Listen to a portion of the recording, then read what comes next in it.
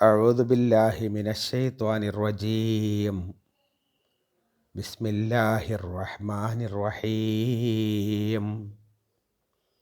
سبح اسم ربك الأعلى الذي خلق فسوى والذي قدر فهدى والذي أخرج المرعى فجعله غثاء أحوى. സദഖല്ലാഹുൽ അദീം. പ്രിയപ്പെട്ടവരെ, അസ്സലാമു അലൈക്കും വറഹ്മത്തുള്ളാഹി വബറകാതുഹു. സൂറത്തുൽ അഅലയുടെ ആദ്യത്തെ 5 ആയത്തുകളാണ് ഓതിവെച്ചത്. അർത്ഥം ശ്രദ്ധിക്കുക. ബിസ്മില്ലാഹിർ റഹ്മാനിർ റഹീം. സബ്ബിഹ് ഇസ്മ റബ്ബിക്കൽ അഅലാ. സബ്ബിഹ്, നീ പ്രകീർത്തനം ചെയ്യുക. ഇസ്മ റബ്ബിക, നിൻ്റെ റബ്ബിൻ്റെ പേര്, നാമം. അൽ അഅലാ, അത്യുന്നതനായ. അല്ലദീ ഖലഖ ഫസവ്വാ, അല്ലദീ ഖലഖ, സൃഷ്ടികർമ്മം നിർവഹിച്ചവനായ. ഫസവ്വാ, എന്നിട്ട് ശരിപ്പെടുത്തുകയും ചെയ്ത. വല്ലദീ ഖദ്ദറ ഫഹദാ, വല്ലദീ ഖദ്ദറ, കണക്കാക്കിയവനായ. ഫഹദ, എന്നിട്ട് നേർവഴി കാണിച്ചു തരികയും ചെയ്ത. വല്ലദീ അഖ്റജൽ മർഅ, വല്ലദീ അഖ്റജ, പുറപ്പെടുവിച്ചു തന്നവനായ. അൽ മർഅ, മേച്ചിൽ പുല്ല്. ഫജഅലഹു ഗുസാഅൻ അഹ്വാ, ഫജഅലഹു, എന്നിട്ട് അവൻ അതിനെയാക്കി. ഗുസാഅൻ, ചവർ. അഹ്വാ, ചാര നിറത്തിലുള്ള.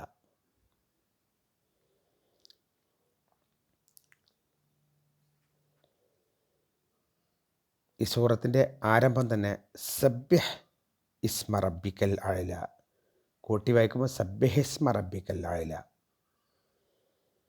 നീ പ്രകീർത്തനം ചെയ്യുക.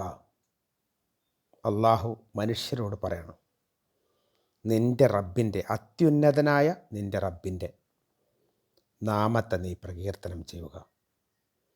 അള്ളാഹുവാണ് അള്ളാഹുവിനെ പ്രകീർത്തനം ചെയ്യാൻ വേണ്ടിയിട്ട് സൃഷ്ടികളോട് ആവശ്യപ്പെടുന്നത്. സൃഷ്ടികളുടെ ആ താഴ്ചയും രക്ഷിതാവിൻ്റെ ഉയർച്ചയും ഒക്കെ കാണിച്ചുകൊണ്ടാണ് അങ്ങനെ പറയുന്നത്. രക്ഷിതാവിനോട് സ്നേഹമുള്ളവരൊക്കെ അത് കേട്ട് അള്ളാഹുവിൻ്റെ നാമം പ്രകീർത്തനം ചെയ്യും. പ്രവാചകൻ സല്ലല്ലാഹു അലൈഹി വസല്ലം ഒരിക്കൽ പറഞ്ഞു, ഈ സൂറത്തിൻ്റെ അർത്ഥം മനസ്സിലാക്കുന്ന ആളുകൾ 16 പ്രാവശ്യമെങ്കിലും ഒരുപക്ഷെ ഒരു ദിവസം ഈ സൂറത്ത് പാരായണം ചെയ്യുമായിരുന്നുവെന്ന്. അത്രയും മഹത്തരമായ ഒരു വചനമാണ് അള്ളാഹു ഇതിലൂടെ അറിയിക്കുന്നത്. എന്താണ് അള്ളാഹുവിൻ്റെ നാമം? അള്ളാഹു അജയ്യനാണ്. അള്ളാഹു മറ്റാരും തുണയില്ലാത്തവനാണ്. ലൈസ കമിസ്ലിഹി ശൈഉൻ, അള്ളാഹുവിനെ പോലെ ആരുമില്ല. വലം യകുല്ലഹു കുഫുവൻ അഹദ്, അള്ളാഹുവിന് തുല്യരായി മറ്റാരുമില്ല. ഇങ്ങനെയുള്ള അള്ളാഹു, ആ അള്ളാഹുവിൻ്റെ നാമം, അള്ളാഹുവിൻ്റെ പേര്, അത് ഉച്ചരിക്കേണ്ട പോലെ തന്നെ ഉച്ചരിക്കുകയും പറയേണ്ടടുത്ത് പറയേണ്ട പോലെ പറയുകയും ചെയ്യുക. പറയേണ്ടടുത്ത് ഒരിക്കലും അള്ളാഹുവിൻ്റെ നാമത്തെ ഉപയോഗപ്പെടുത്താൻ പാടില്ല. അള്ളാഹുവിൻ്റെ നാമത്തെ വേറെ സൃഷ്ടികൾക്കാർക്കും ഇട്ട് വിളിക്കാൻ പാടില്ല. ലാത്ത എന്ന പേരൊക്കെ സത്യനിഷേധികൾ ബിംബങ്ങളെ വിളിച്ചതായി നമുക്ക് കാണാൻ പറ്റും. വളരെ ഉയർച്ചയുള്ള പേരായ, അന്നത്തെ കാലത്ത് ഉയരത്തിൽ കണ്ടിരുന്ന പേരായ ലാത്ത, പക്ഷേ അത് വ്യക്തികൾക്ക് ഇട്ട് വിളിക്കാറുണ്ടായിരുന്നു എന്നർത്ഥം. അതുപോലെ തന്നെ ബിംബങ്ങൾക്ക് ഇട്ട് വിളിക്കാറുണ്ടായിരുന്നു എന്നർത്ഥം. അള്ളാഹുവിൻ്റെ പേര് അങ്ങനെ ഒരിക്കലും റഹ്മാൻ, റഹീം തുടങ്ങിയിട്ടുള്ള പേരുകളൊന്നും നേർക്ക് നേരെ ഒരാൾക്കിടാൻ പാടില്ല, അബ്ദു എന്ന് കൂട്ടാതെ. അബ്ദുർ റഹീം എന്ന് പറയുമ്പോൾ പരമകാരുണികൻ്റെ അടിമ എന്ന് വരിക്കും. അബ്ദുൽ ഖാദർ എന്ന് പറയുമ്പോൾ എല്ലാത്തിനും കഴിവുള്ള ആളുടെ അബ്ദ്, അടിമ എന്ന രൂപത്തിൽ വരും. അപ്പോൾ അള്ളാഹുവിൻ്റെ നാമം വേണ്ടിടത്ത് മാത്രം പ്രയോഗിക്കുക, അത് മറ്റ് ഒരിടത്തും പ്രയോഗിക്കാതിരിക്കുക എന്നുള്ളതാണ്. ആ പേര് അൽ അഅല, ഏറ്റവും അത്യുന്നതനാണ് അള്ളാഹു. അള്ളാഹുവിനെയും വേറൊരാളെയും ഒരിക്കലും തന്നെ സമം ചേർത്ത് പറയാൻ പാടില്ല. ഒരുപോലെ എന്ന പ്രയോഗം പാടില്ല. അള്ളാഹു അത്രയും ഔന്നത്യത്തിലാണ് ഉള്ളത്. എന്നിട്ട് അള്ളാഹു ചെയ്തു തന്ന കാര്യങ്ങൾ അല്ലദീ ഖലഖ, അവരാണ് സൃഷ്ടിപ്പ് നടത്തിയത്. മനുഷ്യനെ എന്നല്ല, എല്ലാറ്റിനെയും സൃഷ്ടിച്ചത് അള്ളാഹു സുബ്ഹാനഹു വ തആലയാണ്. ഫസവ്വ, എന്നിട്ട് ശരിപ്പെടുത്തുകയും ചെയ്തു. മനുഷ്യൻ്റെ ഘടന എടുത്ത് പരിശോധിച്ച് നോക്കിയാൽ അള്ളാഹു സുബ്ഹാനഹു വ തആല അവനെ എന്തൊന്നാണോ അള്ളാഹു ആഗ്രഹിച്ചത് ആ രൂപത്തിലേക്ക് അള്ളാഹു വളർത്തിയെടുത്തു എന്നുള്ളതാണ്. മറ്റ് ജീവജാലങ്ങളെ അപേക്ഷിച്ച് മനുഷ്യനുള്ള ഗുണമെന്ന് പറഞ്ഞാൽ സത്യവും അസത്യവും തിരിച്ചറിയാനുള്ള കഴിവ്. ഒരാടിനെ കൊണ്ടുപോകുമ്പോൾ ആടിനെ സംബന്ധിച്ചിടത്തോളം ആടിൻ്റെ മുന്നിലുള്ളതൊക്കെ അതിന് തിന്നാനുള്ളതാണ്. പക്ഷേ ഒരു യഥാർത്ഥ മനുഷ്യനെ സംബന്ധിച്ചിടത്തോളം, അള്ളാഹുവിൻ്റെ ഔന്നത്യത്തെ മനസ്സിലാക്കിയ മനുഷ്യനെ സംബന്ധിച്ചിടത്തോളം എടുക്കാൻ പറ്റുന്നതേ എടുക്കൂ. അപ്പുറത്ത് കോടികൾ കണ്ടാലും എടുക്കാൻ കഴിയില്ല. കാരണം അത് അവൻ്റേതല്ല. അങ്ങനെ അവനെ അള്ളാഹു സുബ്ഹാനഹു വ തആല പാകപ്പെടുത്തിയിട്ടുണ്ട് എന്നർത്ഥം. വല്ലദീ ഖദ്ദറ, അതേപോലെ തന്നെ അള്ളാഹു കണക്കാക്കിയിട്ടുണ്ട്. ഒരു മനുഷ്യൻ്റെ ആയുസ് അള്ളാഹു കണക്കാക്കിയിട്ടുണ്ട്. അവൻ്റെ ഭക്ഷണം അള്ളാഹു കണക്കാക്കിയിട്ടുണ്ട്. അവൻ്റെ പാർപ്പിടം അള്ളാഹു കണക്കാക്കിയിട്ടുണ്ട്. ഉപജീവന മാർഗം അള്ളാഹു കണക്കാക്കിയിട്ടുണ്ട്. വിദ്യാഭ്യാസം അള്ളാഹു കണക്കാക്കിയിട്ടുണ്ട്. ജനനവും മരണവും അള്ളാഹുവിൻ്റെ കൈക്കലാണ് എന്നർത്ഥം. ഫഹദ, അതേപോലെ തന്നെ അള്ളാഹു അവന് നേർവഴി കാണിക്കുകയും ചെയ്തിരിക്കുന്നു. സൂറത്ത് ശുആറായിൽ അള്ളാഹു സുബ്ഹാനഹു വ തആല പറഞ്ഞിട്ടുണ്ട്, ഇബ്രാഹിം നബി അലൈഹി ഇസ്ലാം തൻ്റെ രക്ഷിതാവിനെ പരിചയപ്പെടുത്തി അങ്ങനെയാണ്.